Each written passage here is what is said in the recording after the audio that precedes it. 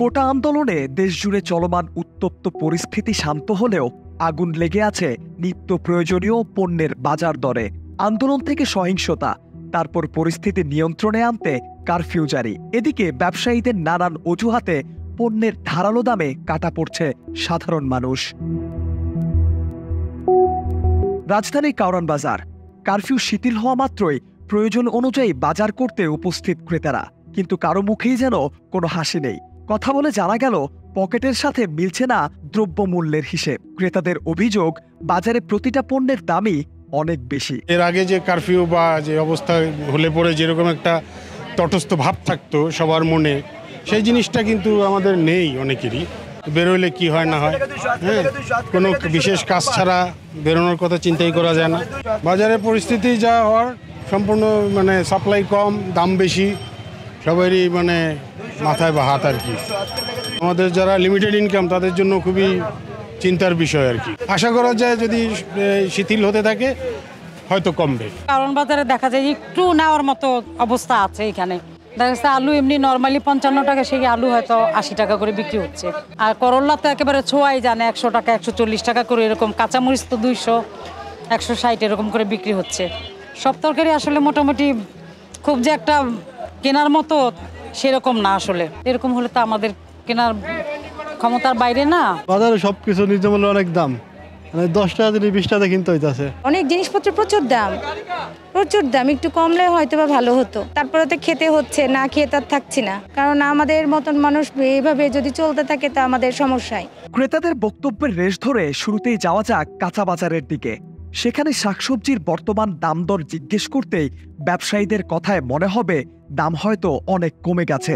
অস্বাভাবিক, যেমন মনে করেন যে পুঁইশাকটা আগে পাইকারিতে সেল হইতো 15 টাকা 14 টাকা, এখন পাইকারি সেল হইতেছে 18 টাকা। তো খুচরায় নর্মালি আমরা 30 টাকা 25 টাকা বিক্রি করতেছি। পুঁইশাকের দামটা মোটামুটি আগে স্থিতিশীল ছিল, কিন্তু কয়েকদিন ধরে এই অবরোধের জন্য আর কি পুঁইশাকের দামটা একটু হয়েছে আর কি। পুঁইশাকের দামটা আশা করা যায় যে 2-1 দিনের মধ্যে আবার আগের পর্যায়ে এসে করবো।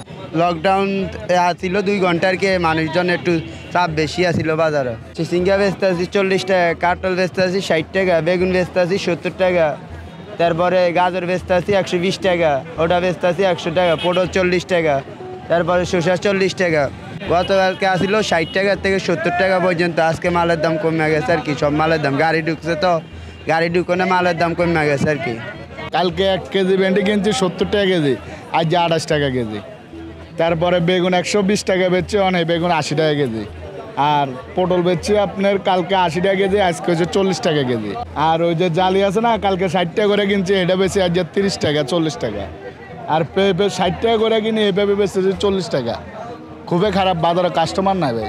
আগামীকালকে যদি আমদানি হয় আরও কমে যাবে, আর যদি আমদানি না হয় তাহলে এই লেভেলে থাকবে, এর থেকে বাড়বেও না কমবেও না। 240 220 200, আজকে তার থেকে আজকে 40 টাকা কমে গেছে। আরো আজকে 200 টাকা বিক্রি করতেছি, গতকালকে 240 টাকা বিক্রি করছি। যেখানে সাধারণ মানুষ শাকসবজির বাজারেই হিমশিম খাচ্ছে, সেখানে মাছ মাংস বিলাসিতা।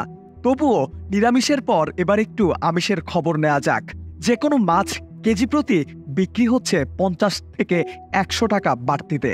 পিছিয়ে নেই মুরগির দামও। কারফিউ তো আমাদের ক্ষতি বলতে মালটাল আসে নাই, দোকানপাট বেচা কিনে কম হইতেছে। দেশের তো নিয়ন্ত্রণ নাই, দেশ নিয়ন্ত্রণের তো আমরা বেচা কিনে অবশ্যই আমাদের ভালো হয়ে যায়। গতকালকে বেশি ছিল, আজকে একটু কমছে। দেশি মুরগি 650 টাকা কেজি, আর সোনালিটা হলো পাকিস্তানিটা হলো 300 টাকা কেজি, ব্রয়লারটা হলো 190 টাকা কেজি। মাল আসলে একটু কমবো, মাল না আসলে একটু বাড়বো। যদি রোড গাড়ি গাড়ি ঘোড়া চলে তাহলে হয়তো একটু মালটা আসতেছে, দামটা কমতেছে। বাড়তি দামের মাছ মাংস আর শাকসবজি বাদ দিয়ে সাধারণ মানুষ যে শুধু ডাল ভাত খেয়ে জীবনযাপন করবে তাতেও গুনতে হবে বাড়তি টাকা। প্রতি কেজি চালে বাড়তি 4 থেকে 6 টাকা, প্রতি কেজি ডাল 6 থেকে 15 টাকা, প্রতি 5 লিটার বোতলজাত তেল 20 টাকা ও প্রতি লিটার খোলা তেল বিক্রি হচ্ছে 10 থেকে 15 টাকা বাড়তি দরে। আজকের বর্তমান ইন্ডিয়ান পেঁয়াজের বাজার আপনার 94 টাকা থেকে 96 টাকা, 96 টাকা না, দুধ দেখলে 94 টাকা। আর দেশি আপনার পাবনার যে পেঁয়াজ অরিজিনাল দেশি পেঁয়াজ সেগুলো আপনার 114 টাকা কেজি বা 16 টাকা কেজি। আর হাইব্রিড জাতীয় পেঁয়াজ 108 থেকে 110 টাকা কেজি। দেশি রসুন যেটি বড় সেটির বাজার হলে এখন 200 টাকা, আর মিডিয়ামটা 160 70 এরকম। আর ইন্ডিয়ানটা 270 80, যেটি চায়না ফেরেসটা। আর যেটি কম দাম, যেটি নর্মাল, ওইটা হলেন 160 70 এরকম বাজার। আলুর বাজার হলো আপনার গ্যাসে বৃহস্পতিবারে এই পর্যন্ত আলুর বাজারে আগুন। এখন আমরা আলু পাইকারি বেচতেছি 52 টাকা কেজি। ব্যবসায়ীরা যখন বলছে দাম কমেছে, তখন ক্রেতাদের প্রশ্ন, আলু, পটল, গাজর, শসা, কাঁচামরিচের দাম কি করে এত বাড়তি হয়? উত্তরে ব্যবসায়ীরা বলছে, আন্দোলন সহিংসতায় আমদানি না থাকায় বেড়েছে সকল পণ্যের দাম। দাম বাড়ছে ওই যে গাড়ি ঢুকতে পারে নাই, অবরোধ ছিল, তারপরে আপনার কারফিউ ছিল, গাড়ি তো ঢোকে নাই, এই কারণে মালের দামটা একটু বেশি ছিল। লোকজন আসে না, সন্ধ্যার পর বেচা কিনা কম, এটাই তো একটা ক্ষতি। আগে তো ভরপুর বেচা কিনা সন্ধ্যার পর হইতো, লোকজন বেরোইতো, আসতো। প্রথম মানুষের ডরে ভয়ে মাল ঢোকা নাই, এখন হঠাৎ করে মাল সব চলে এসেছে, দাম কমে গেছে। আর কাস্টমার কাছেও টাকা পয়সা না, মানুষের টাকা পয়সা উঠাইতে পারে না। ভালো মনে করে কারফিউ দেখ, আর যেটা মনে করে কারফিউ দেখ, সেটা তো সাধারণ মানুষের উপরে প্রভাবটা পড়তেছে। আমাদের মতন যারা ব্যবসায়ী, আমরা তো ঠিকমতো মাল আনতে পারতেছি না, বা আমরা তো সেল করতে পারতেছি না। সমস্ত দোকান, হোটেল, রেস্টুরেন্ট সব কিছু বন্ধ, তো আমরা তো তাদের কাছেই সেল করি। তো তারা না আসার কারণে তো আমরা ক্ষতিগ্রস্ত। আমাদের দৈনিক তো ভাড়া খরচ সব কিছু লাগেই। আন্দোলন, উৎপাদন কম, আমদানি কম, এমন শত অজুহাতে নিত্য পণ্যের দাম নিত্যই বাড়ছে। অন্যদিকে বাড়ছে সাধারণের হাহাকার। তাদের দাবি, যে কোনো মূল্যে হাতের নাগালে আসুক দ্রব্যমূল্যের দাম। খন্দকার আসিফুজ্জামান, বার্তা 24।